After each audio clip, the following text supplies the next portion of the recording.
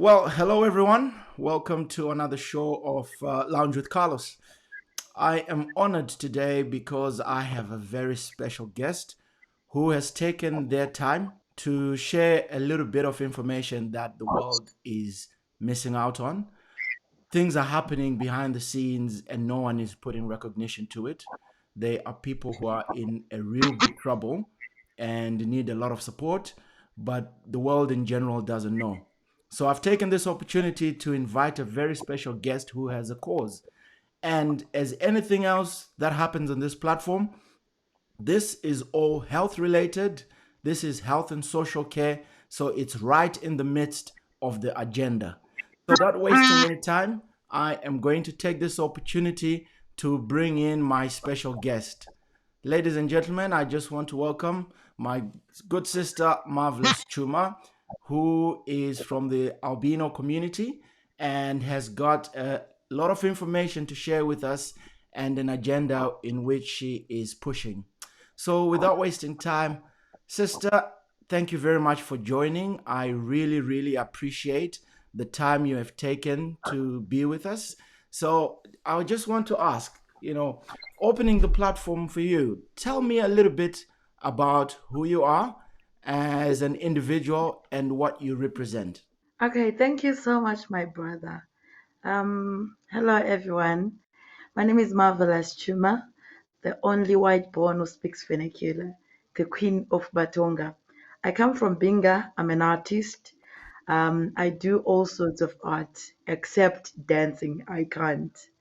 I'm the deputy director for the Noble Hands Zimbabwe Trust, and I'm the chairperson for the Albinism Connect, which is a wing under the Noble Hands Zimbabwe Trust. Its focus is on people with albinism. So I'm representing people with albinism right now. Wonderful. I can imagine the journey that you've been through, and I just want you to tell us a bit about about the agenda, about the gender you represent, and what began the journey.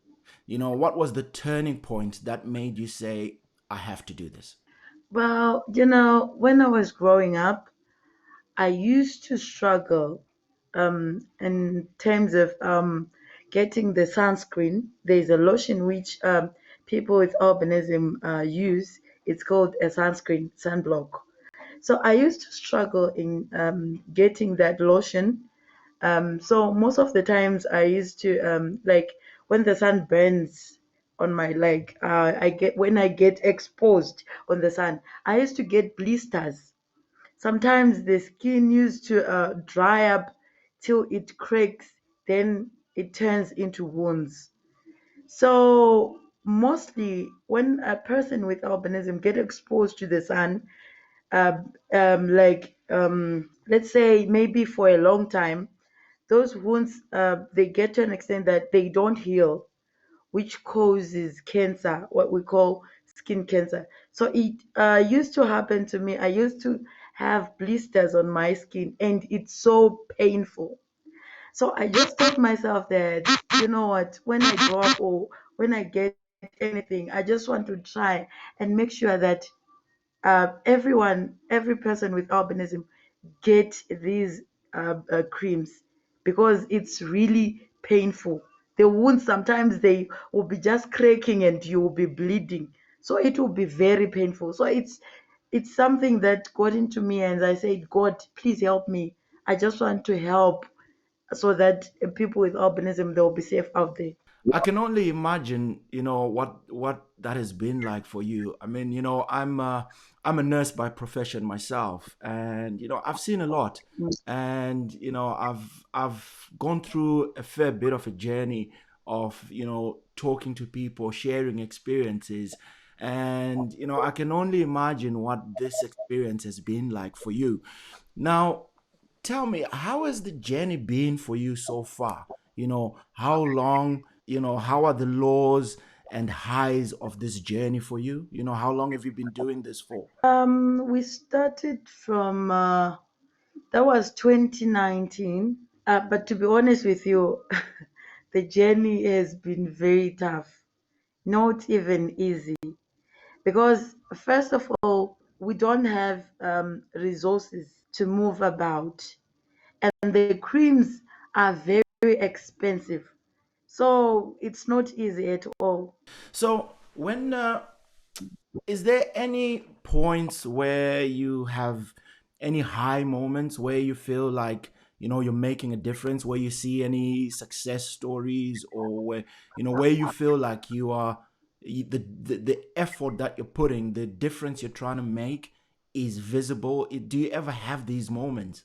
Yeah, I can say especially on the cancer side, Mm, from 2020, we have helped 14 patients, and though we lost four, but those who went for treatment, they are happy now. Everything is fine, and yeah, they are really appreciating.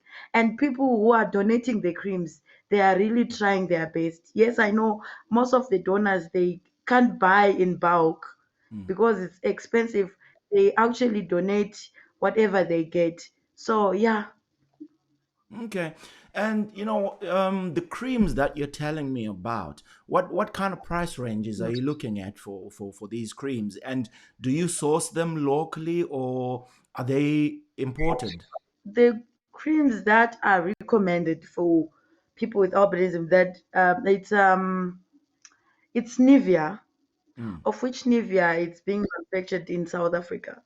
okay. So when it's here now, I can say now, because before lockdown these creams were 15, that was the cheapest, 15 US dollars. Then now, during this lockdown, COVID-19 thing, because the borders are closed, it's now from 22, you see. Wow. So they've So, gone up by an extra yeah, $7 on top of the normal rate. yes. Uh, 80% of people with albinism, they are not employed. Some of them, they went to school, but because of discrimination, stigma, they just dropped off. And some of them, because of the short eyesight that we have, they just got tired and say, okay, I don't think I belong here. You know how it is sometimes in schools. Mm, So mm. most of people with albinism, I can say 80%, they're not employed. Some of them, they do vending here in Blawayo, in Zimbabwe, in Harare. They'll be just selling their things on the streets. And most of them, they are in the rural areas because they cannot stay in town. They are not working. What will they eat? So Yeah. they are in the rural areas. That's where they are. That's really touching to the heart. I can only imagine. And you touched on a very interesting point that I was gonna ask you, and I'm happy you brought it up. I was actually gonna ask you, what are your views of people's perception and awareness towards the albino community? Tell me about your views of people's perception and awareness towards the albino community. Okay. I can say here in Zimbabwe, it's actually better Mm. than in other countries. In Malawi, Zambia, those countries, in Tanzania, where people with albinism, they are being hunted and they are killed like animals. you know. Whoa. So here in Zimbabwe, all I can say is that discrimination and stigma, it's just too much here in Zimbabwe, and there's need for us to come together as people so that we educate people, both people with albinism and without, so that we all know what is albinism and we accept, because that's where the problem is. People are not accepting albinism. You find out that mothers that are giving birth to children with albinism, they are being left by their husbands because they don't understand what is albinism and all those myths, discrimination, stigma surrounding the albinism thing. So they are running away because they don't know. So we really need to educate everybody about this albinism. Even those with albinism, sometimes they don't accept that they have albinism. So I think there is need for us to educate everybody. It's you know, part of the reason why I started this platform is exactly Yeah. what you're saying, that people are out there who are suffering in silence, who have conditions that nobody knows about. And it's trying to Mhm. educate the world. Because what happens is, I mean, this is my view. What happens is because people don't know something, or people are not aware of something, their attitude and behavior is very, very tunnel visioned because of lack of exposure. And this platform tries to remove those stigmas, to start talking about these things. And like you rightfully say, we need to recognize people with albinisms because we are just the same. There is absolutely no Yeah. difference. It's like that racial element that we have between black people and white people. It's exactly the same thing that you guys are going through, and you're being persecuted for it. I mean, like you rightfully said, in other countries, Hmm. people are being hunted down. I have watched a few documentaries in the past, and this is something that made me very keen to talk to you, because I've watched documentaries in the past from other countries of people being hunted down like animals just because they're albino. And it just doesn't make sense to me. It's going back centuries ago when such behaviors used to happen. So I'm hoping that for you and your community, this platform opens that door that has been closed for far too long, and people denying and people refusing to recognize you. And I'm hoping that this opens that door for you. Now, Yeah. moving on, there are, there are many myths that I'm sure you've come across, whether towards you in person or people Mm. speaking around you, or you've heard through third parties. But I'm sure there's some myths that you have come across that are very wrong. I would like to Yeah. take this opportunity to offer you that platform to correct one or two of those myths and set the record straight. Yeah, on that part, I can say all myths are wrong. They are very, very wrong, especially on us people with albinism, because most people like they sometimes say when you sleep with someone with albinism, if you have HIV and AIDS, you will be healed. Sometimes if you shake my hand, you get lucky. That's very wrong because we are just the same. We are the same people. We are just what? We are just the same. It's just the melanin that I don't have. Mm. So I really don't know where people get these myths. No, that's very true. And I hope, to those with what can I say, common sense, I hope that message comes across. I'm sure there are some who will understand from what you've just said. Now, I know you've told me about the health challenges that you have, with the skin cancers, and the wounds that don't heal and they worsen, which I'm sure creates an unbelievable medical expense burden for you guys. Now, what kind of support structures are in place in the community to help with this problem? Within your local communities, do what kind of support structures do you have? So far from the government side, from the government side, there was nothing.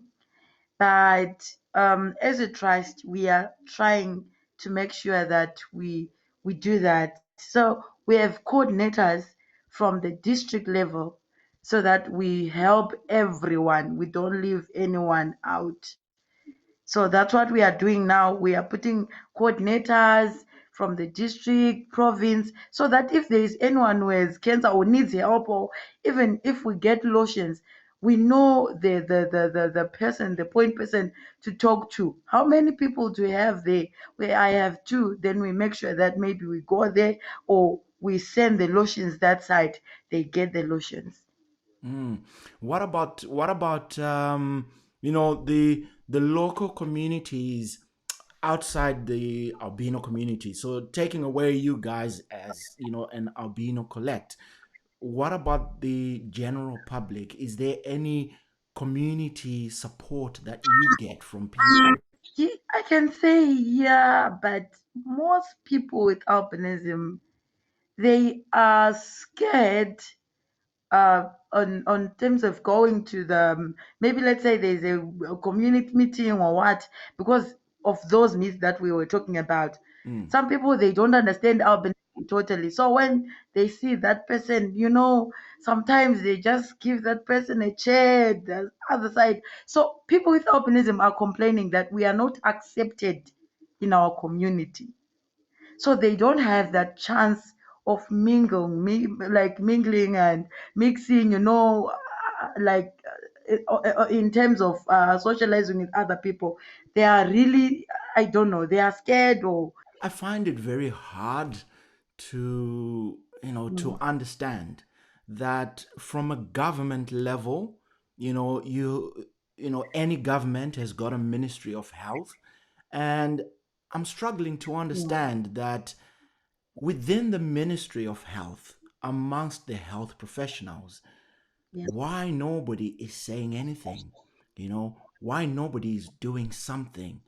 Surely in other communities, in other countries, governments go through budgets where they allocate some kind of financial assistance, health assistance towards people in need, so towards social inequalities, especially for something like you guys are going through. It's very difficult to grasp that concept that you are getting no support from government. Now, I mean, have you guys done any petitions towards government? Have you done any lobbying to ask for government support, government funding, health support? yeah, we did. So far, I can say the social welfare is trying to help, but the problem is, now, the government, they don't have resources as well. As you know, that here in Zimbabwe, our hospitals, they don't even have painkillers. A patient have to buy on their own.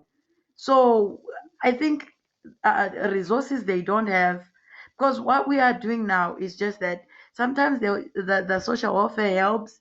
Then you go to the hospital, they don't have anything. Now a patient have to go out of the hospital to go and do what we call medical tests, Mm. where you pay thousands of dollars for just the test, and then you go back to the hospital, they'll tell you there's no medicine, you need to buy again all those meds. So I think resources, they don't have resources. And it's I fail to get words, to put myself in your shoes, to even grasp understanding of how you're making it. Because you have indicated that people from the albino community said over 80% dropped out of school. So they've got no formal employment. They're vendors, and in terms of social resources, they're pretty much almost not there. So trying to grasp the ability to then come up with thousands of dollars to get health support, Hmm. I can only imagine. I mean, I'm shocked. I'm short for words. It's really unbelievable. So in the midst of Yeah. all this, marvelous. In the midst of all this, what drives you with a positive mind to wake up every morning when you're facing such challenges, such mountains to climb? Where do you get the strength to wake up in the morning? um I can say, I really always hope that tomorrow will be a better day for people with albinism, for people with disabilities. I always hope that, you know. Well, I mean, in all fairness, I I hope and I pray that this platform offers you that road to get to where you want to get to. I hope this platform reaches people with conscience, people with a heart. People are distracted out there and following celebrities who are more interested in their status and their pockets. Go around giving people small pocket change to gain more followings and more viewers, but they're neglecting the things that matter the most, the things that really make a difference in people's lives. And I hope this platform will do that for you. And when I spoke to you, I said, Yeah. I have a plan. Do you remember? I said, Hmm. I have a plan and I Yes. have an idea that we are going to blow this whole thing away. I want us Yeah. from this moment to start a new hashtag that will force people Okay. to recognize you, to know you, even in the most minimal way. It doesn't matter. The fact that they will know that you exist, the fact that they will know that there is a people out there with albino, that is the Mm. first step for us getting that recognition. So my Wow. plan is from today we are gonna Hmm. start a new hashtag called hashtag I am albino. All right. Hashtag I am Oh, albino. that's. We are gonna push it. Mm-hmm. I know Zimbabweans All in general like all this hashtag business, but let's put hashtag with right. purpose. Let's put hashtag with focus on something with substance, something of importance. And we will also Yes. push it Yes. across the world, and people will know, people will recognize. People have fought Yeah. for gay rights, people have fought for gender inequalities, people fought Mm-hmm. for institutional racism, people have fought many minority battles. There's no reason on earth why your battle should not be fought for. So we will fight it. Hashtag I am albino Wow. from today. Mm-hmm. With support Wow. Wow. and admiration for your efforts from Lounge with Carlos, Mm. from the shaft, from me. Yes. I think we'll do Wow. something amazing. I. I think Zimbabweans and the world in general will pick it. I think they will identify. Yeah. They will hear your story. They will hear your plight. And that will put the government to shame and recognize your plight because you are only human at the Yes. end of the day. And you deserve everything that the next man has without a shadow of doubt. Yes. Mm-hmm. There you go. Well, thank you so much. Any Thank you. parting words, my sister, to the world at large and the community within your country? Any parting words?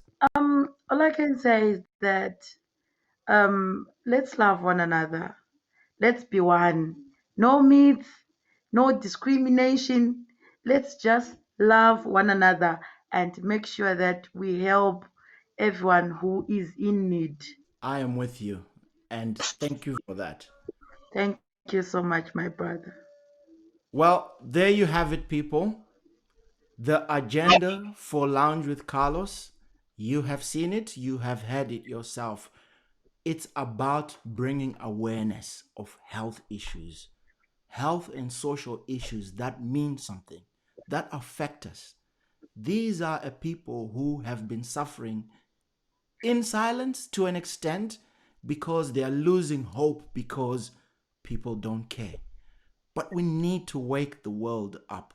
We need to work together and refocus on things that matter. And these guys are minority who are facing serious problems, not only in Zimbabwe, but across the world. They are facing problems. And with this platform and many others with a good heart, with a conscience, will make a difference. Hashtag I am albino. It will make people ask the question, what does it mean? Who are they? And we will find a way to move forward. I hope you enjoyed the show. Please don't forget to subscribe, leave a like, and I'm more than happy to have comments because the show has to improve, the show has to progress, but to do that, your comments matter.